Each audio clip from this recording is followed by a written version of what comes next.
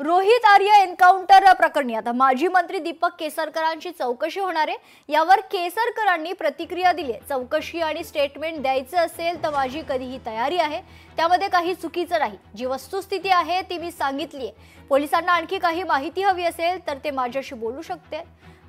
यासोबतच असंही केसरकर यांनी हे वक्तव्य केलेलं आहे। तर रोहित आर्यला मी कधीच मानसिक रुग्ण म्हटलेलं नाही असंही ते म्हणाले। नाही, चौकशी आणि स्टेटमेंट द्यायचं असलं तर मला त्याची कधीही तयारी आहे। त्याच्यामध्ये काय चुकीचं आहे? ठीक आहे, वस्तुस्थिती आहे ही मी सांगितलेली आहे आणि तीच वस्तुस्थिती आहे। मी सांगितलेलं होतं की मी सध्या मंत्री नाही आणि त्याच्यामुळे तुम्ही जर विद्यमान मंत्री किंवा अधिकाऱ्यांशी संपर्क साधला तर त्याला पॉझिटिव्ह रिस्पॉन्स मिळू शकेल आणि जर पोलिसांना अधिक काही पाहिजे होतं तर ते माझ्याशी आणि बोलू शकले असते। नाही, मी त्यांना कधीच मानसिक रुग्ण म्हटलेलं नाही, त्याच्यामुळे मला हा प्रश्न विचारणं चुकीचं आहे। जे एक म्हणजे मुलांना ओलीस ठेवणं ही अत्यंत चुकीची बाब आहे, ती त्यांनी केली। मुलांची सुखरूप पोलिसांनी सुटका केली, याच्याबद्दल पोलीस दलांचे आम्ही आभारी आहोत। फक्त त्याचा जो दुर्दैवी मृत्यू झाला त्याच्याबद्दल दुःख आहे।